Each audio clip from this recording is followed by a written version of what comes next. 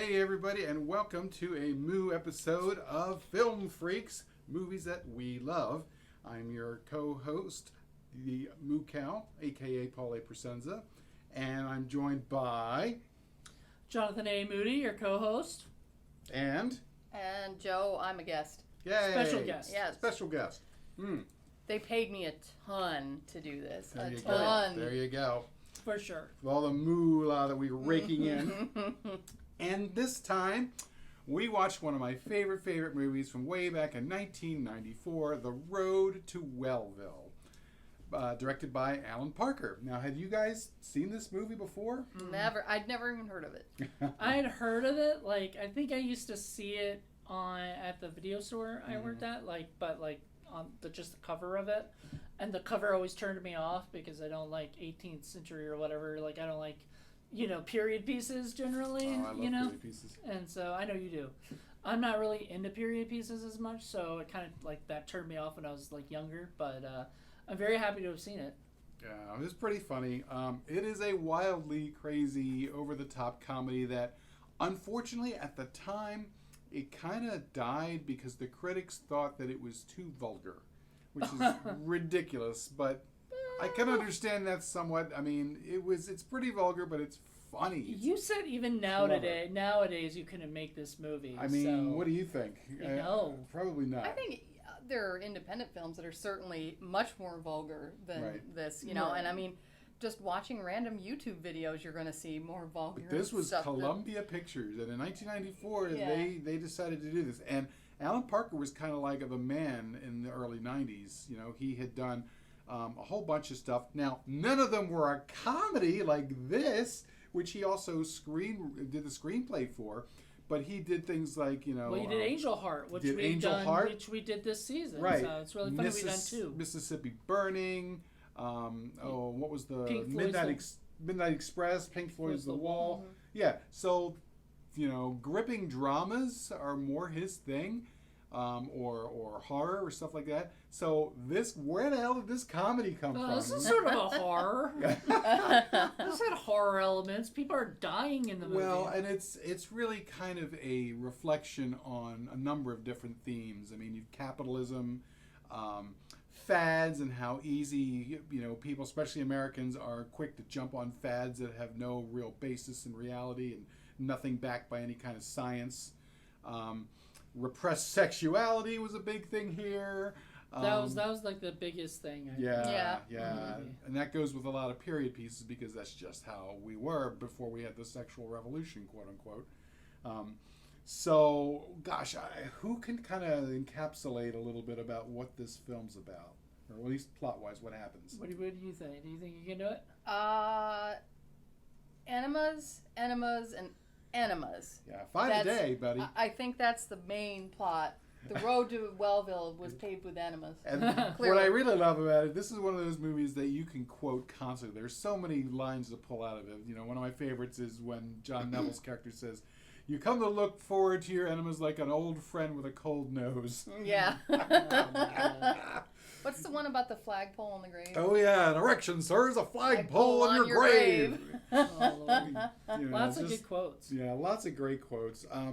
Lots of great stars. So Anthony Hopkins, Bridget Fonda, John Cusack, Matthew Broderick, Cameron Mayheim, John Neville, Cole Meany, Laura Flynn Boyle. I mean, Dana Carvey. Dana Carvey, yeah. Who was kind of a thing in the 90s. Still kind of a thing. Yeah, he's still kind of a thing. I mean, the list goes on. I mean, it's just amazing. The cast is just amazing. The sets are fracking amazing. Yeah. Mm-hmm. The music is great. That's what I was saying, because we're talking about it being independent. This just couldn't be done independently as a period piece. Because it's just too... Not to this level. No. That was so beautiful. Where they built a huge set, and then burned blew it up. Right. And blew it up at the end, yep. Which you said that was true, though, right? They actually did burn. But yeah, most of everything that's there is true. And all of these quack medical inventions and all this stuff way before medicine became grounded in science and regulated by the government. And you could just, it was all medicine so shit. You could say whatever you wanted to, and it didn't matter. Yeah. Whether it worked or it didn't. The But- beginning of the movie shows Anthony Hopkins in some kind of fucking weird contraption where he's talking to them about everything, and he's Yeah. kind of doing.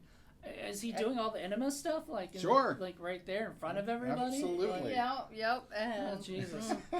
So he's there getting that done. I didn't know what was happening. Yeah, Or, like, he's kind of describing everything to these journalists, and they're eating everything he says with a spoon because he's famous, and he's talking all about his different stuff. Meanwhile, we cut to a train, and then there's Matthew Broderick and his wife, Bridget Fonda. They are coming to the sanitarium because that's where he ran. He ran a health sanitarium to get the cure. And that's where people would throw their money and, pretend to do whatever the latest health fad was so that they could get better. and stay for months. And stay for months. So, of course, he made all Months, kinds like of a money year, on basically. this. Mm-hmm.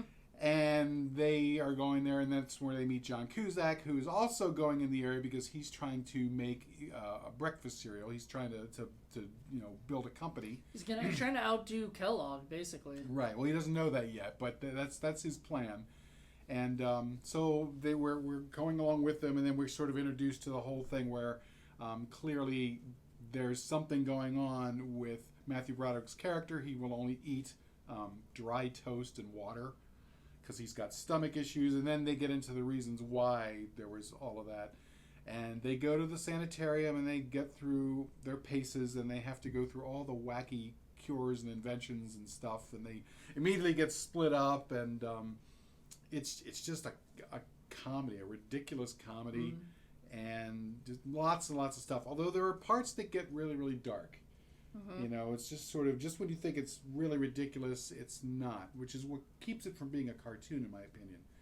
Like when she explains about the baby dying and then accidentally making the guy an opium addict. Yeah, well, Joe, you sort of noticed that when all of a sudden it changed tone, or whatever. Like you're like, wow, that's dramatic. But it made me feel like, like people in real life that cling on to these really weird, they get into these culty medical fads, and that still happens today. Oh, yeah. People that are like, Juice cleanses. I swear by, crap. This one doctor on YouTube, and it's like they build their whole identity around it. Wear copper or put on a magnet bracelets and all this stuff. Yeah. So it's not like it's not even current, but then you also understand that the reason people end up gravitating towards this stuff sometimes is life is hard, and people are traumatized, and they'd had these horrible things happen to them, and she just, the wife becomes like a total convert to this weird. She doesn't know any better.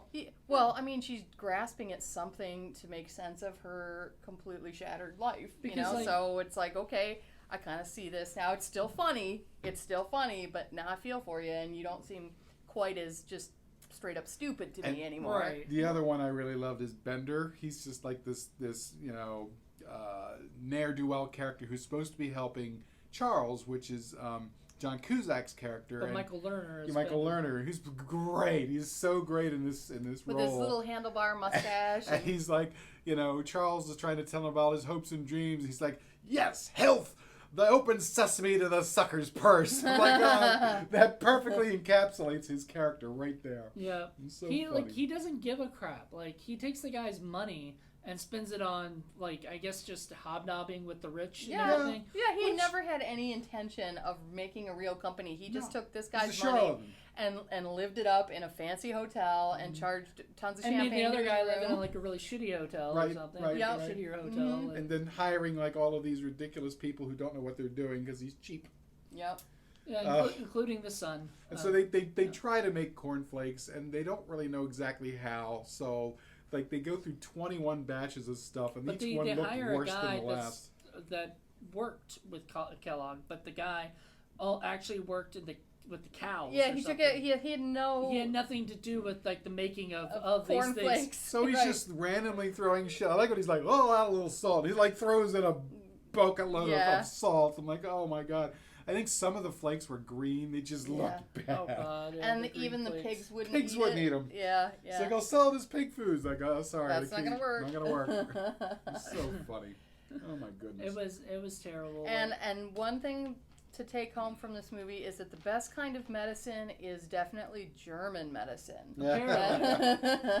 Well, it's definitely not anything that has to do with electricity and water. That never seemed to work out very, very well. Well, I mean, I always thought about that when I was watching it in the beginning, like before shit actually happened. I was like, that's usually a bad combination, you know? What, water and electricity? Yeah, like generally speaking. That's the stuff we know today, but again, you know, back then, before you had laws and before you had building codes and before you had, you know, regulations, this is the kind of shit that people would do and get away with, which is why we have that stuff now. But yeah, and then there's, you know, a general ignorance of medicine and science to begin with, which is also where a lot of this, you know, wackadoodle stuff comes from. But if you go back, like I have a number of product catalogs from Sears in like, you know, the 1890s and early 1900s when they were, you know, the electricity was just sort of coming into vogue, and there were a lot of wacky medical things from back then. And most of it, you know, if it didn't have frickin' opium in it, then it was something you plugged in and hoped it worked, because electricity was the cure-all back then. You see the same thing happen, like in the 40s when radar, you know, came into vogue, and nobody really knew what it was, but it was a special thing. So that was like, ooh, radar will solve everything. And then it was nuclear power will solve everything. And, you know, there's always some new invention that people are generally ignorant about, but they recognize the word, and so the Hollywood people will just throw it in their movies, and people will just assume that that's what the reason why things work, you know. Huh, you're saying like when we watch the movies that have all the science right, stuff, right. And like, what is it, Lenore would just debunk everything. Everything. You know? So she would love this particularly. I think she probably, I don't know. I don't know how comfortable it's a she little, would be. It's a little risque. There's a lot of fart and shit jokes. There's also a lot of nudity and sex jokes and stuff. And that... Did we mention that there's a lot of enemas in this? Yeah. Lots of enemas. Lots of used rice Carolina. There's my favorite thing was when we watched the first, I think it was the first enema, and you saw it, and then the next shot was like the shot of the beer being poured. It was a sound though. Oh. She's like squashing the ball that goes because you know where it's going. Yep. What is that? It's my phone. Oh, sorry. Sorry, it's not important. It's okay. It's okay. Yeah, it was really, really well directed. Lots of really good shots like that, and you know, I love how the movie opens. It's like you're not really sure what's going to happen. And first, they're all like, ha ha ha ha ha ha. Oh god, and they're singing all these weird songs. And I kept asking, like, what is this? I'm like, okay, is that a bunch of demented nuns? Is that a bunch of, like, what is this? What is this? And because I didn't know anything about what the movie was about. And of course, Paul doesn't tell you anything. He just right. Of course not. Sort of. But apparently, that's the sort of stuff that they would do, and that's exactly the kind of songs that they would sing. And but what it's was the crazy. point of the ha? Like the ha ha. Okay, ha, ha, now you know ha. what? I'll go out on a limb and say I bet that actually works. Basically, they were rhythmically laughing, like musically and rhythmically laughing. Suppose. You know what? I think that would probably make me feel better. So. You were all like, "Oh, I wish I could be in the sanitarium." I said, yeah, I was like, man, I could get into this lifestyle. And then as soon as the anima started, I was like, nope. All right, I was cool with women them. have in Yes, everyone. But they never showed the women. No. Right, running that's it. why They I was only wondering. showed. Well, yeah, I noticed that right off the bat is that the men were being subjected to some pretty nasty stuff, and the worst thing you see the women doing is like soaking in a really nice looking bathtub. I mean, bike riding. bike riding. Oh god, the bike riding thing. Yeah, the bike riding scene with the woman who apparently loves to bike ride. Yeah. Bicycle really does. smile, I think it's called. Bicycle smile. Yeah, I feel a smile coming on. Oh my god, that scene! I was just like, oh god. Oh my god. And that woman was great. Yeah, I loved her. Yeah, just the like I said, the dialogue, the writing, the quotes from this movie. I mean, yeah, this is when I was in the field with a lot of my archaeology buddies, and we loved this film. We all saw it, and we would just throw these lines at each other all the time. It was so much funny. So wait, when you watched this movie, you watched it on VHS, or did you watch it? We saw it in the theater. In the theater. Oh, wow. And the moment it came out on VHS, I bought it. So, right. yeah, it was great. And then we would all watch it again. And And again, you know, okay. So over you and guys, over and because you over. said you guys quoted, and so I don't think I could remember all the quotes or whatever. Masturbation is the flagpole of your grave. No, it's an erection. Erection's Is it a flag. flagpole on There your you go. grave? Yeah, There you go. yeah. Masturbation was the silent killer of the night. Oh, right. Yeah, Oh get my it straight. gosh. Yeah. So funny. Oh my God. You said you really loved Anthony Hopkins. Yes, he was great. He was absolutely unhinged as John Harvey Kellogg. He was. When did you ever see him like this? I've never seen him Never. like this. Never. He usually picks like the dramatic ones that are going to get him like Oscars. Right. This I guarantee you did not get him an Oscar nomination. Oh my God! But he should have. It was a great I performance. mean, it's like the very first scene we see him in. He's doing some weird exercises and getting an enema in front of a bunch of journalists. I mean, it's definitely not his normal thing. One of my favorite things is when he's yanking drunk Matthew Broderick out of the mud bath. And the first thing he does is throws up into his Santa Claus suit beard. And he's not even a reaction. He just thinks like, I see pickles, sir, and relish, and ketchup, and pork. You've been eating meat. Yeah. No comment about how he just puked into his beard. No, he didn't seem to care at all about that. You know?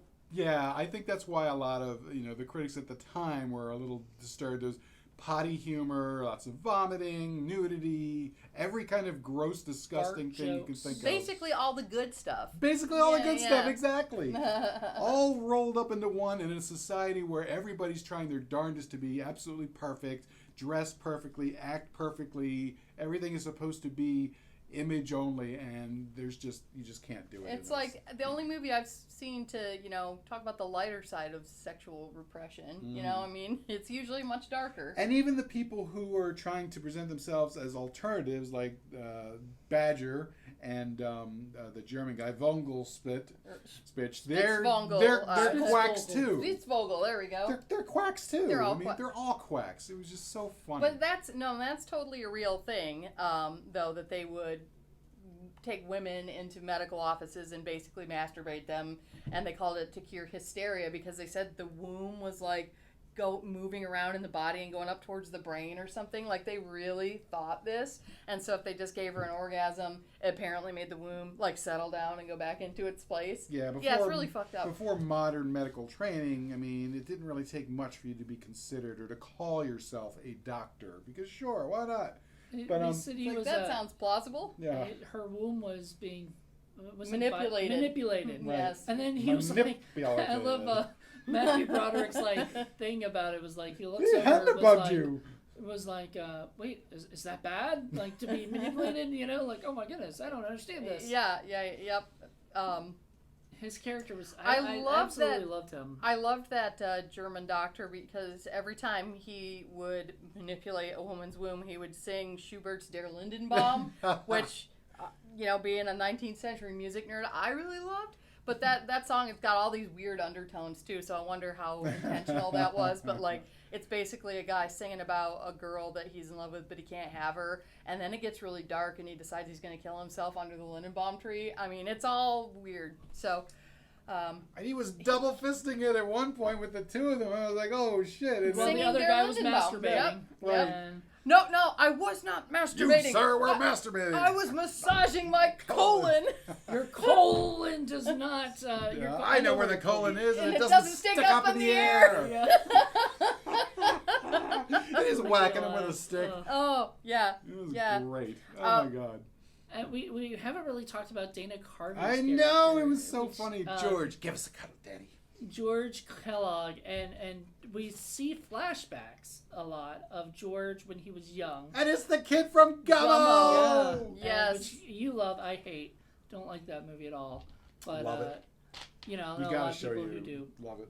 I've seen clips, but I haven't seen the whole It's a thing. What the Fuck Friday. Oh, if yeah. anything. Oh, yeah. I know the thing where he's eating like SpaghettiOs in the really gross Oh, bathtub. God, it's one of the most disgusting scenes of all time. Anyway, this kid is brilliant in this movie. Nobody else in no. the world This is his on the planet best looks part, like him. Yeah. I know like a lot of people love him in Gummo. They have to see him in Yes, this because yes. he was so good in this He was movie. really good. Oh my God! But it's these 2 or 3 little flashbacks encapsulate his character and his relationship to Kellogg perfectly. So like one of them is he, first off, he apparently likes to drop his coat down On and the floor.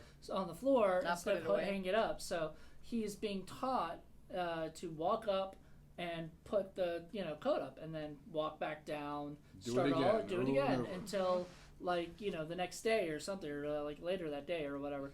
So it's 7 o'clock instead of 4. He's supposed to be done at 4. It's 7 o'clock, and then Kellogg's like, okay, you're done, and they're like, oh, he keeps doing it. I don't know, he won't stop, and eventually he does stop because his father basically smacks him, and then he's like, oh my God, I'm so sorry, George. And then George just drops his coat on the floor and walks away. It's like, mic drop. I win. He definitely won. Definitely a battle of wills. And he does another one later where all night, he just sits up all night banging. Meat and potatoes. Yeah, meat and potatoes. Because he's sick of eating all of Kellogg's weird vegetarian, colon-friendly foods. He's so funny. So, the kid is stubborn. And then the Silent Night farting.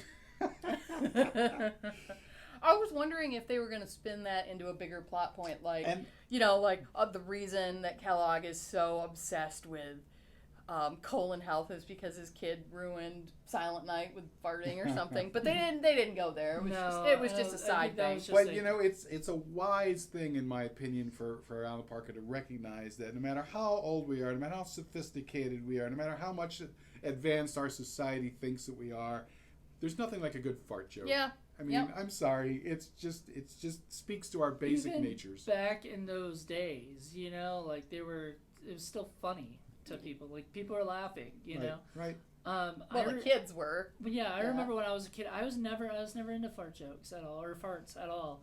I remember. I was never into Jackie farts. is. Jackie would love this movie. I know she would, and I remember there was a day that my one of my friends and her brother were all hanging with me, and the dude made this really huge fart, and it made the girl laugh, and me, I was just like, okay, it's not that funny, So since I was a kid, I've always never been into them. I never thought they were funny. What kind of childhood did you have? I don't know.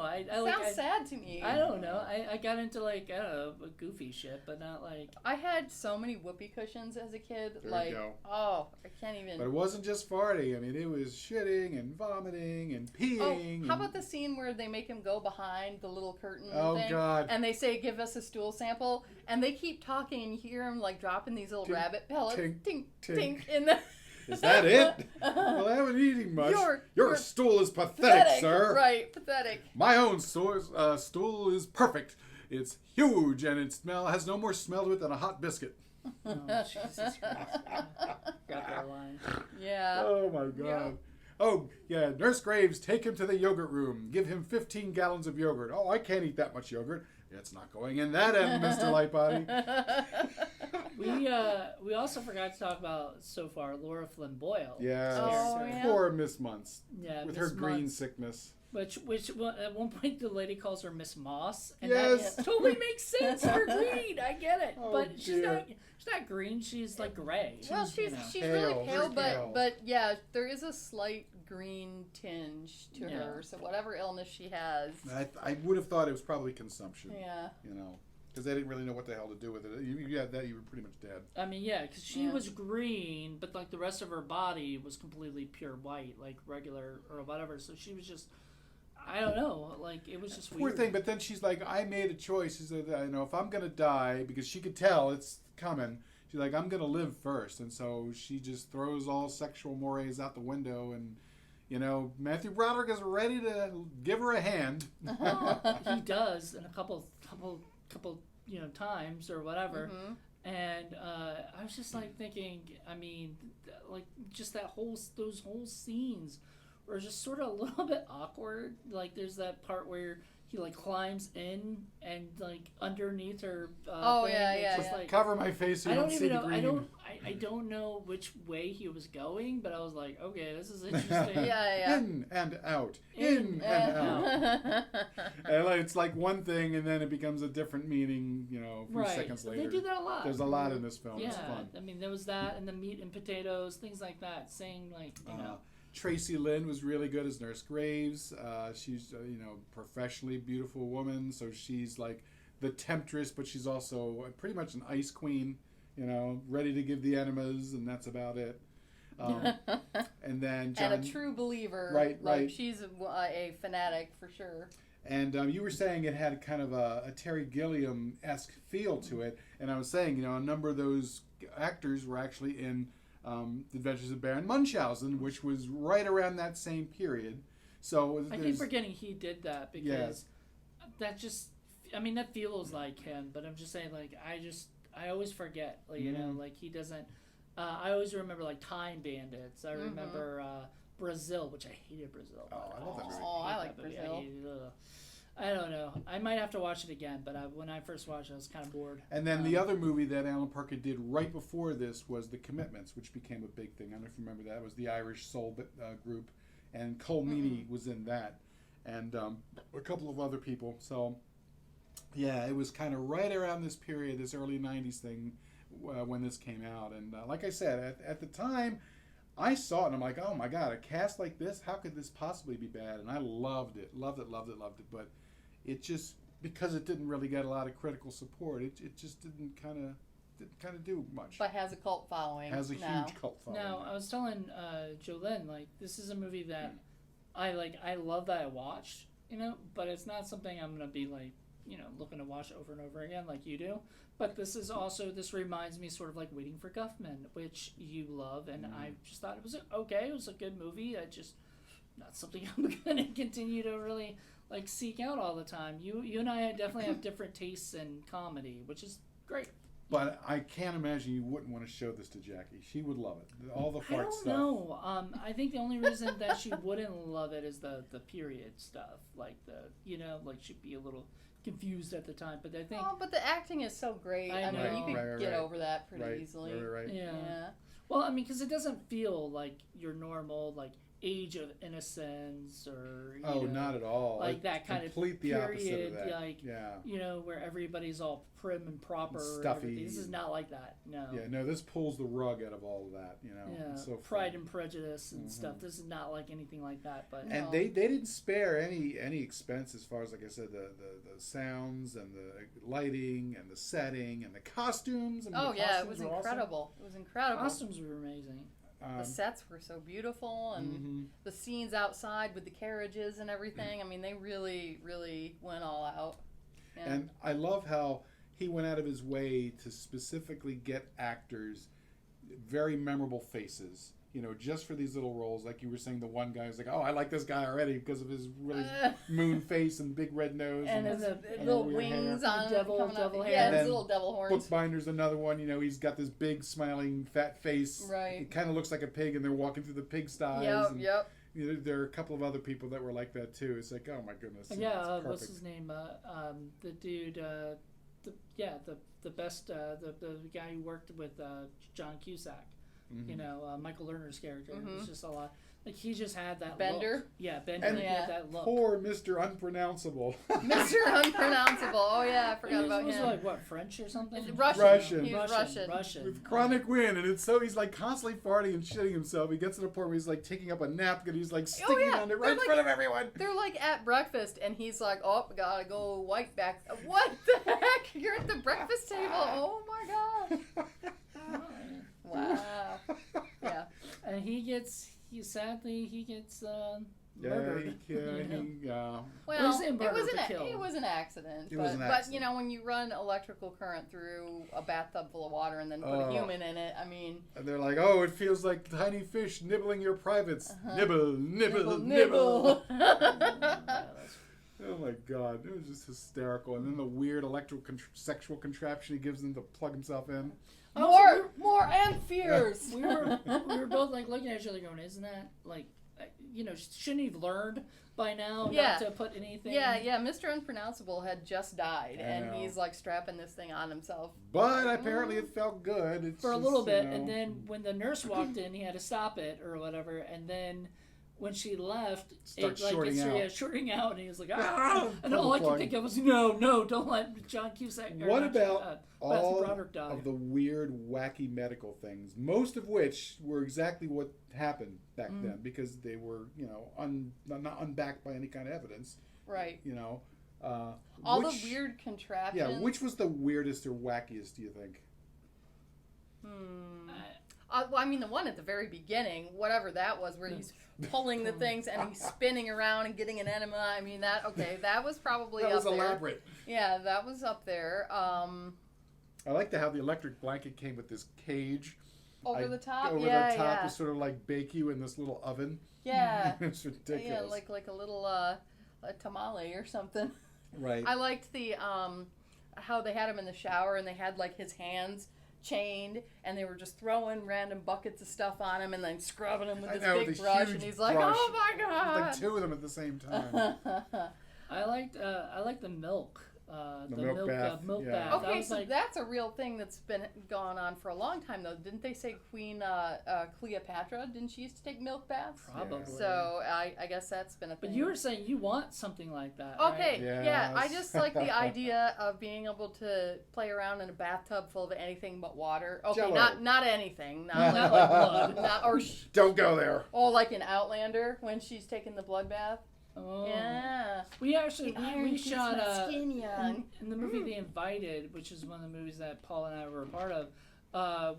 We had a character in my bathtub filled with fake blood. Oh, nice. And everything. So it was neat because I had never, I didn't even know if it would look good or not, but it looked great. But yeah, just like jumping into like a big puddle of like mud or Oatmeal, like a bathtub, peanut butter, Jello, Jello. yeah, anything. That would be fun. That'd sure. be. Wasn't there was some movie where this old lady was dying and her last dying wish was to swim in a pool full of cooked spaghetti noodles? What movie was that? Does that even sound familiar? No. Okay, well, I'm That sounds sure like fun. it is. Yeah. But yeah, anyway. Stuff like, yeah. I like the one scene where Dana Carvey's character shows up while Bridget Fonda is in the bath with milk and she's hiding and he's like taking off his filthy clothing filthy. Oh my god. and then goes into the shower and he's like, "You have a nice body. Oh, this no. is nice body." Not just a shower, but his own personal shower that Yeah. he just like rolls, around. And And he I'm like, puts it on and all the filth is like washing God. off of him. It was just gross. pretty Ugh. gross. So yeah, there's a lot of gross out humor in the film. It was just funny. It was interesting because, like, I guess he came to pick up his like $100 allowance from his dad, and he, but then. Well, he I was- think he's extorting. It's not a real allowance. I think he's just He just calls whatever. it. Yeah, whenever he feels. Well, like he needs money. Kellogg probably calls it that just so that it doesn't seem like his son is taking money from him or whatever. Right. But, it's Funny. adopted son too. It's not Right, even right. his real son. 39 brothers. But Yeah, apparently he did. they adopted tons of kids. Yeah. Yeah. So Because they did. For sex real? was wrong. It was bad. It was evil. It'll kill you. Yeah, That's right. the kind of stuff they believed in. Yeah. It was just, So I wonder if there was like sort of a rotten kid in the mix, or at least or more. it could be. I mean, adoptions in the 19th century were probably not fun. Well, now we all have to go read a biography of Kellogg to find out how much of this stuff is true. Well, and also I would like to know more about like their family now. Mm-hmm. Like, does any of their family actually still run Kellogg? You were originally from sort of the area, right? Well, kind of. I was from Michigan, and I do remember going to Battle Creek when I was a kid on a field trip, and we went to the Kellogg factory, and I have a picture in front of a big, like, 20-foot tall Tony the Tiger statue. So I want to that also was a thing. talk about the tuba thing you mentioned. That Oh, was yeah. interesting. So we were talking about how there really were like just crazy contraptions and weird cures and stuff. Not that we don't have weird stuff today, but like it was so over the top then. And I was studying in grad school. I was taking a 19th century music class, and there was this campaign, I think it was in Germany, to try to get more, of course, right, to try to get more women to play the tuba because it was just so good for your lungs and so good. And look, and this is the posture and everything. Okay, but when you really broke down this campaign, it was all because they were wearing these dresses with corsets and their, bosoms are all pushed up, and then they would have to take these big deep breaths and men could look at their boobs more. I mean, it was like a super elaborate way to emphasize the bosoms because they were so sexually repressed. Sexual repression. Yeah, but under the guise of, it's really healthy for women to play the tuba. Like the weirdest I mean, just go fuck your wife. I mean, seriously, it's not that complicated. I love how Badger was like, talking about, questioning, how masturbation was bad. Well, what if the fluids build up? Will they explode? Like, oh, well, no. How many exploding vagina or balls do you ever hear about? I mean, None. I guess they didn't have much of a scientific process yet, or most people just didn't have the time or the patience. To be a doctor, you didn't necessarily have right. They were just a bunch of sawbones. Like nowadays, you just Google, will my balls explode? Right. Well, and, we have had things like double-blind studies about, all sorts of things, and I don't think they were doing that. Yeah, also we have sex ed and other things, classes that sort of, you can ask your teachers those questions and stuff, though. Well, in my school, I never heard anybody ask if the balls exploded, but I mean, it might, I don't know, like somewhere. It depended on, I think, what school you went to, because I grew up in a really small town, and we had a sex ed class, but it really didn't teach us a whole lot of anything. It was basically like, the only safe sex is no sex. Any questions? Hands would go up, and they go, okay, good, no questions. Moving on. Yeah. Oh, okay. So did it show you all those like funny little videos? Oh no, or whatever? no videos. No. I mean, it was literally abstinence only sex ed. That's all we got. Oh. Well, I went to somebody Catholic asked school, somebody so. asked what masturbation was, and the teacher refused to actually Catholic answer. school was a little bit better. At least the option that was given was the rhythm method. So if you timed your monthly issues, then you knew what to do, which I don't know if that really works or not. I mean, kind of, sort of, kinda. I mean, I guess there are definitely times when people are more fertile than others, but yeah, it's but otherwise, not foolproof. If you had a dance, you were required to be so many inches apart and leave room for Jesus. Yes, I remember hearing that. Hands above the waist and all that kind of stuff. Leave room for Jesus. Yeah, like Jesus would be in there going, hey guys, I'm dancing with you. Can I cut in here? Can I steal your girl? Grab her butt. grab her tits. Jesus, no. And I love how Badger just like casually like grabs her boob, and he's like, Dr. Badger. And he's like, good, I'm glad you're not wearing a corset. Right. So it's just an like answer for everything. He's just using his medicine, quote unquote, as a way of just being pervy. Basically. Right. That's all it is. And the same thing with Dr. Spitzvogel. Yeah. Well, Cole Meany played the other guy. Badger. And Cole Meany always plays these like perverted kind of like weird awesome. roles, I love him. Kind of villainous roles, and stuff. And he was sort of a villain. He was, like he was the bad influence on her. When, at the end of the movie, it kind of like opens up all of their eyes to like. As I think it was you, JoLynn, that was saying, is it going to end with them all realizing that sex is the answer, right? Yeah, and that's really what it was. Yeah, it was. It was the answer was that they're just too sexually repressed and or sexually frustrated, right. And they needed to get those out. And just ignorant in general. You don't need those glasses. Throw them in the fire. They're just crutches. I got mad at that because I can't see without crutches are crutches. I actually need a crutch because my legs are broken. It's ridiculous. You also need your glasses if you can't see. Right. But in the end, it all works out for pretty much everyone.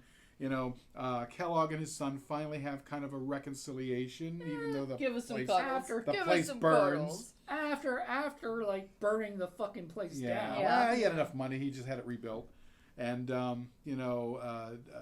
Matthew Broderick and Bridget Fonda end up going off and having children and having a nice family. Charles Osgood goes off and ends up, I guess, not really Coca-Cola, but you figure it's something similar. Well, it's Coca-Cola cane? Is that what they're calling it? Yeah, but wasn't it... cocaine soda. Yeah, but that really... Which is really, was made with cocaine originally.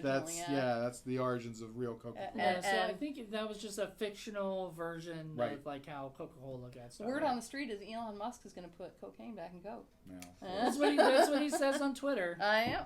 No. He would never lie. But so they do all that, and then it kind of ends happily ever after. And then poor Dr. Kellogg thinks he's going to live forever because of his clean living, and he's about to show off for the journalist by doing some kind of backflip into the water, and he dies right in the middle of doing that and just goes kerplop. Yeah.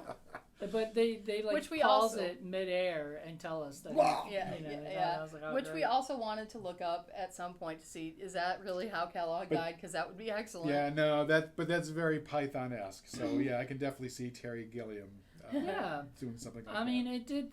Suddenly, the Alan animator didn't- had a heart attack. Right, Died. exactly. Right.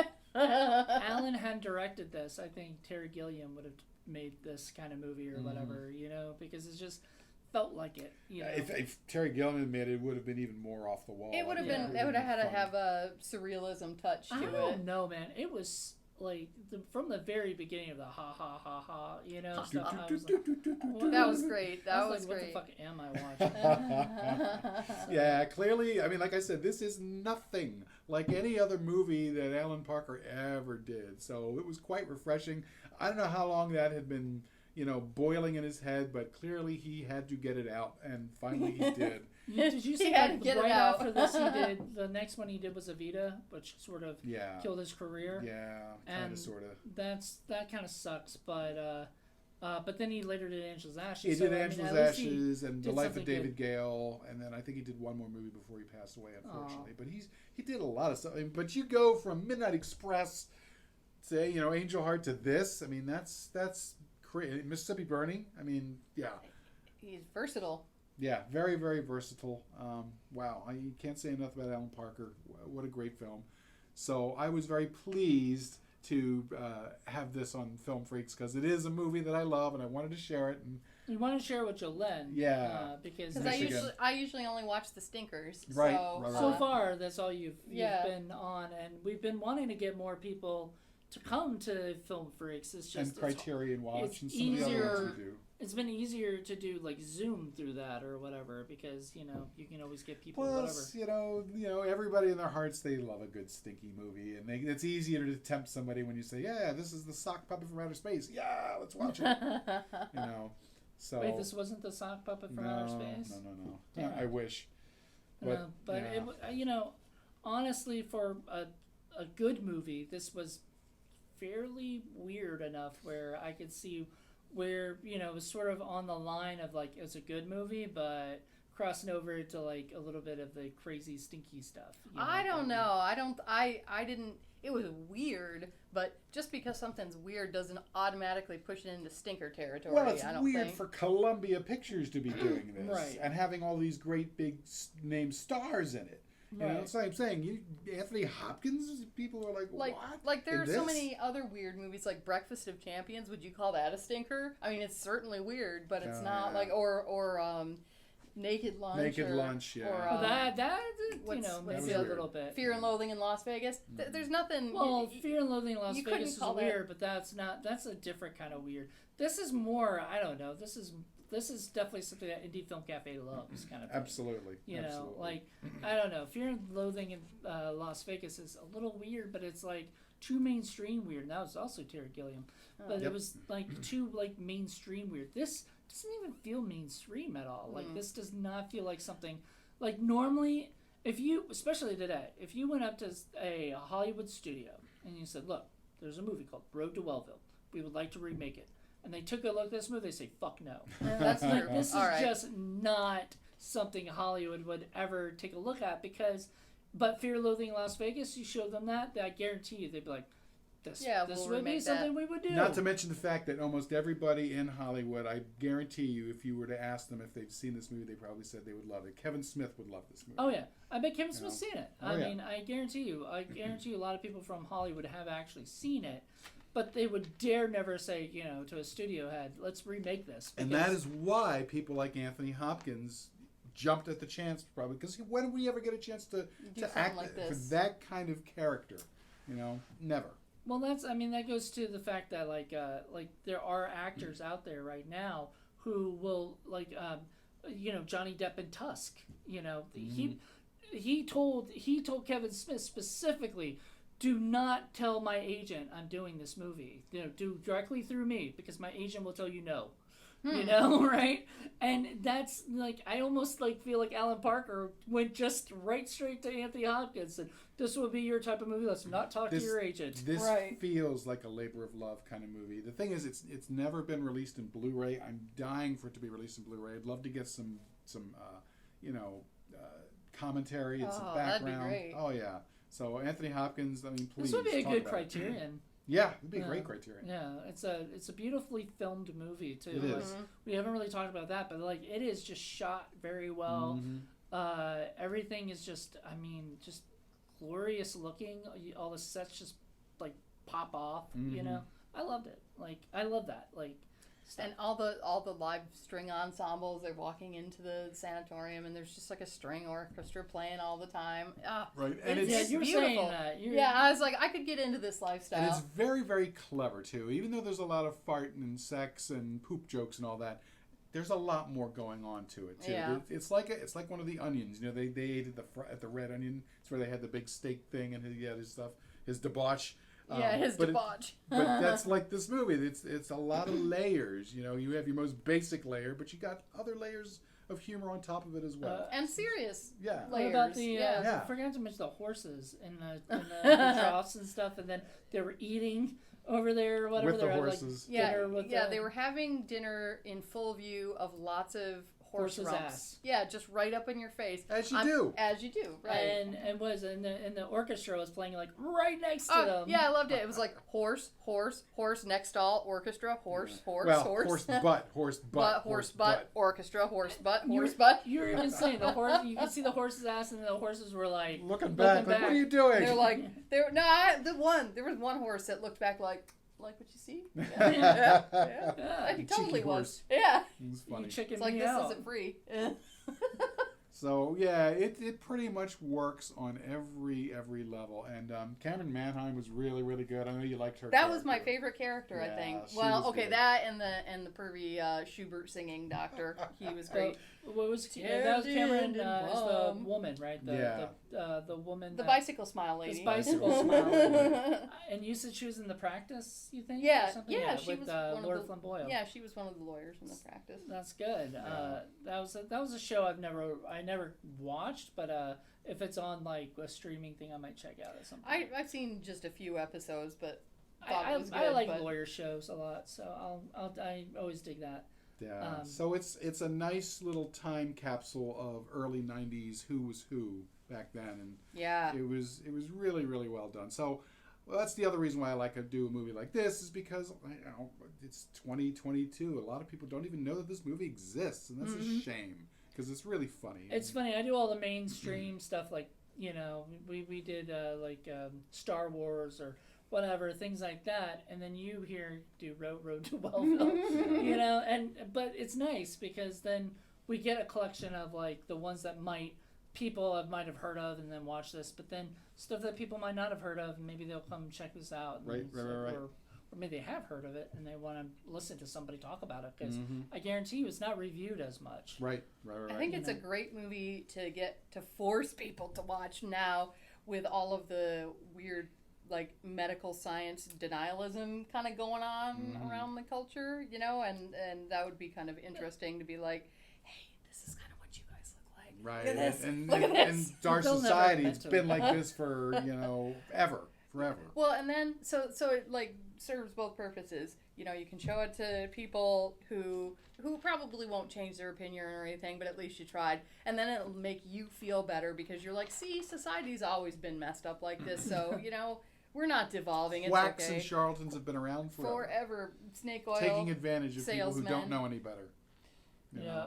And that's what they do, and that's what all in one. Bender was just another quack, or only with not being a doctor. He was snake oil salesman. I was just listening to Sweeney Todd with a friend a couple of weeks ago, and Nice. remember Pirelli selling his miracle elixir, and Johnny Depp's like, smells like piss. This is piss with ink. Right. That's wow. We didn't talk about the piss in this, or whatever. That it was just like as well. There was a. Was there piss in this? The Yeah. only thing I remember is the oyster. The oysters, right? The oysters, right. yeah. The man should know that he's ingesting slimy piss. Eleanor. You said you wouldn't do this anymore. And then he threw up, like, because apparently Matthew Broderick throws up all the time. Yeah. Well, Weak I think stomach. he really did have some kind of, because he had surgery and they removed a piece of intestine. He could have had like leaky gut syndrome or something. I mean, that's a total possibility. So it does seem like his bowel problems were I cured. tell you what, I would not want to have an operation going under the knife in 1890s. Oh no. Yeah. No. Let's say you would have known better back then. You would have been just like, maybe. I don't think anybody wanted to. I mean, I think it was like the very, very, very last gasp effort. You know? Yeah, because he thought he was going to die. Yeah. You know. He even said at the end of it, when he woke up, he was like, Am I in heaven? Yeah, he was looking at Tracy Lynn's face. I know. All. But, she was like, oh, yeah, you're in heaven, all right. The place that I work at. She said heaven on earth. Yeah. The sands. She was such a culty. Oh, my gosh. gosh. She loved it. She, it was funny. I thought there was going to be something between them, and there almost was. There almost was. There almost Came close. was. But then he chose his wife, which I'm like, well, you didn't choose your wife twice before with the other lady. Yeah. So it's not like... it's not like you haven't already done it. Yeah, but he was kind of lost on his own, getting 5 enemas a day and being miserable. Yeah, so you got to do what you can to make Also- yourself feel better. Also, his wife, was separated from him. Mm-hmm. So most of the time, he was, really upset. Here, I've wanted to come here with my wife and spend time. And they're, trying to separate them because, of course, sexual stuff would happen if they don't. And that's Right. wrong, evil. Yep. It's a flagpole on your grave. Flagpole on your grave. That's a T-shirt if I've ever heard Uh-huh. of Yeah. Oh, my An erection is a flagpole on your grave. Yeah, this is a movie that I probably wouldn't watch over and over again, but I would totally watch it again in order to collect all of those quotes, just to be able to throw those out. I would like to go through because there were so many. Yeah. You were. could just look at IMDb for the quotes. I suppose I could. Oh, That and there are would be other less fun. there are other things that should be avoided, like feather beds and romantic novels. So fun. Feather beds? Why feather beds? No, Ridiculous.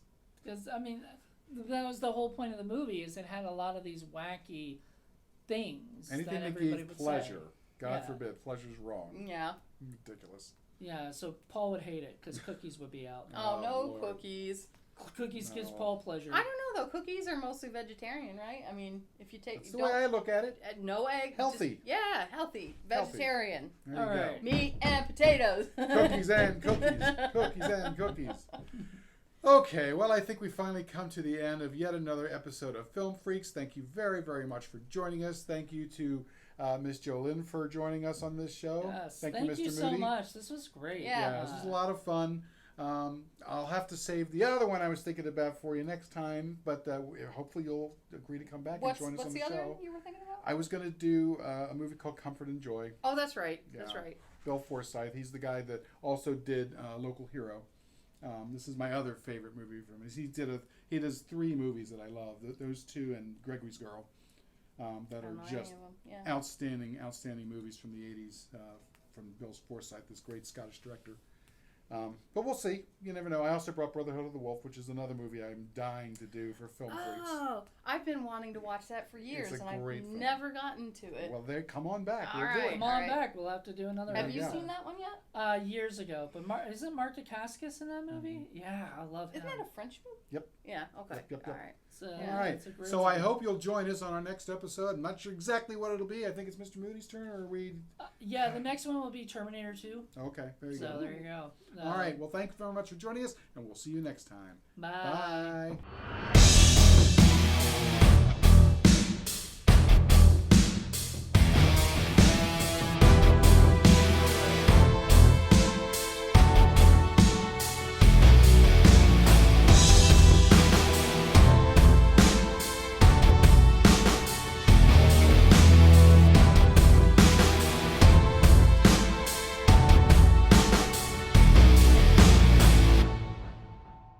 I think it's because of this thing. Nope. Yeah. Okay, go back and sit, and then take a look. Make sure we can get everyone. Yep. Plenty we of got room. There you go. Plenty. Plenty. All right, ready? Ready. Hi. You were masturbating, sir. I was massaging my colon.